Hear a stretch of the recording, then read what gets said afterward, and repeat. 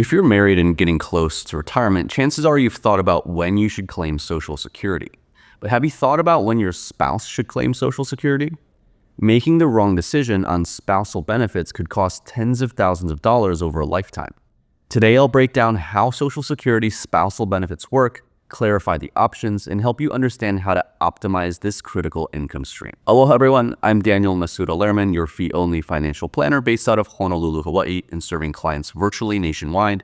Let's dive right in. First off, what are Social Security spousal benefits? Social Security benefits can be broken down into two categories. Your own retirement benefit based on your personal work record. Spousal benefits based on your spouse's work record. If you've worked and paid into Social Security for the last 10 years, you're eligible for your own full retirement benefit based on your 35 highest earning years. But if your spouse earns significantly more than you over your respective careers to the point where half of their Social Security benefits are greater than 100% of yours, you can elect to receive half of their amount instead. And don't worry, your spouse will still receive 100% of their benefit. So who qualifies for a spousal benefit? You qualify if you're married and have been for at least 1 year. If you're divorced, you may still qualify if you were married for at least 10 years and have not remarried. This rule is especially helpful for people who took time out of the workforce, maybe to raise kids, or just had a spouse who was the primary breadwinner. Instead of collecting a lower personal benefit, a spousal benefit gives you the option to claim a higher benefit amount based on your spouse's work record. Now let's talk about how much you could receive. As I mentioned earlier, when it comes to spousal benefits, the maximum amount is 50% of your spouse's primary insurance amount, or PIA. The amount they're entitled to at their full retirement age, which is typically 66 or 67 for most people. For example, let's say your spouse's PIA is $2,000 a month. If you wait until your own full retirement age to collect your spousal benefit, you'd receive $1,000 per month, which is 50% of your spouse's benefit. Now, what if your spouse decides to delay collecting Social Security until age 70 to increase their own benefit? This will increase their monthly payout, but it won't increase your spousal benefit, unfortunately. So if your spouse's benefit grows to, say, $2,480 a month due to delayed retirement credits, your spousal benefit would still be based on their PIA at full retirement age, which in this example is still $2,000. This is an important detail to keep in mind. Spousal benefits don't grow if the primary earner delays past full retirement age. Now, if the spouse delayed to age 70 and received $2,480 and then passed away, as a widow, you may be entitled to collect the full $2,480, assuming you were married for at least 9 months and reached a certain age without remarrying. Now let's talk about when you can start collecting spousal benefits. A key rule to remember is that your spouse must be collecting their benefit before you can start collecting a spousal benefit. If the primary earner decides to delay benefits until age 70, you may need to wait as well. Years ago, a rule called the file and suspend allowed the primary earner to file for benefits and then suspend them, allowing the spouse to start collecting benefits based on their record. This rule was eliminated in 2016, so both spouses now need to plan carefully around when each will start collecting benefits. If your spouse waits, you'll need to either wait as well or collect your own personal benefit, if you have one, until their benefits begin. You don't have to wait until full retirement age to start collecting a spousal benefit. You can start as early as age 62, but there's a reduction in benefits if you do so. Here's how the reduction works. For the first 36 months before full retirement age, your spousal benefit is reduced by approximately 8.3% per year. Beyond 36 months, the reduction is about 5% per year. So let's say your full spousal benefit at full retirement age would be about $1,000. If you start collecting at age 64 or 3 years early, your benefit would be reduced by about 25%, giving you about $750 a month. The reduction is permanent, so collecting early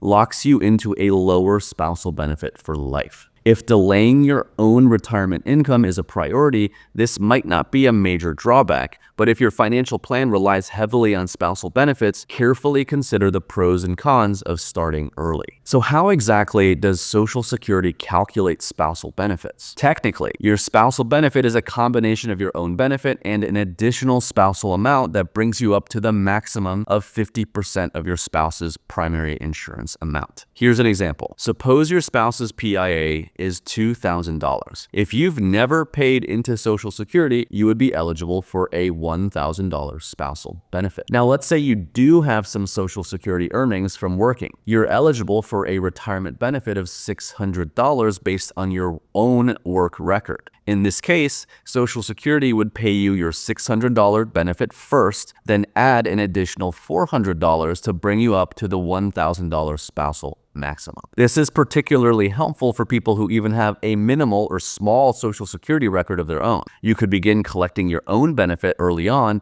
and then switch to spousal benefits when your spouse starts collecting their own. Here's a common question I get from clients. If the primary earner collects benefits early, will the spousal benefit be reduced as well? This brings us to Bill's question. Bill is the primary earner and plans to collect his benefit at 62 to reduce his retirement account drawdown. His full retirement age benefit is $3,654, but if he collects early at age 62, his benefit will be reduced to $2,540. Now, Bill is wondering, if his wife waits until her full retirement age to collect spousal benefits, will her spousal benefit be reduced because he started early? The good news is that a spouse's benefit is based on the primary earner's full retirement age benefit, not the reduced amount if they collect early. So if Bill's wife waits until her full retirement age, she'll still be eligible for 50% of Bill's PIA, or $3,654. Not 50% of his early retirement amount. This means that Bill's wife would still receive $1,827 per month, even though Bill chose to start collecting at 62. This rule is significant for couples where the primary earner wants to start collecting benefits early while maximizing spousal benefits for the non-earning spouse. Let's recap the key points discussed to ensure that you're in the best position possible to maximize your Social Security spousal benefits. Before we do that, if you found this video helpful, make sure to like and subscribe for more financial tips from a certified financial planner. Takeaway number 1, wait until full retirement age to maximize spousal benefits. To receive the maximum spousal benefit, the spouse should wait until their full retirement age. At that point, they're eligible for up to 50% of the primary earner's primary insurance amount, or PIA. Takeaway number 2, the primary earner must collect benefits first. The primary earner must collect their Social Security benefit before the spouse can receive spousal benefits. If the primary earner delays, the spouse must also wait. Takeaway number 3, the spousal benefit is made up of 2 parts, your own benefit plus an excess spousal amount. This is important to know because it can allow you to begin collecting a personal benefit early and then add the spousal portion once the primary earner starts to collect. Takeaway number 4, collecting early reduces benefits. If the spouse collects spousal benefits before reaching their own full retirement age, the benefit is permanently reduced. However, if the primary earner collects early, this does not reduce the spousal benefit. This rule allows some flexibility for couples with different strategies. And takeaway number 5, factor Social Security into your overall retirement plan. Maximizing Social Security ultimately depends on your life expectancy, but that's not always the main point. It's about how Social Security fits into your entire financial picture. For example, by taking Social Security early, you might reduce the need to withdraw from your retirement accounts, and on the flip side, delaying benefits can be advantageous for tax planning or protecting your income later in retirement. So consider all variables before making a decision. So, how do you decide on the optimal strategy? Here are a few factors to consider as you weigh the best path forward. Number 1, longevity and life expectancy. One of the biggest considerations is life expectancy. If both spouses expect to live a long time, delaying benefits might make sense. However, if health concerns are a factor, it might be more beneficial to collect early. Number 2, income needs and spending patterns. If you need the income right away, starting benefits early might be more appealing. But if you have other sources of income, delaying benefits can ensure a higher income later in life when you may not have other sources available. Number 3, tax considerations.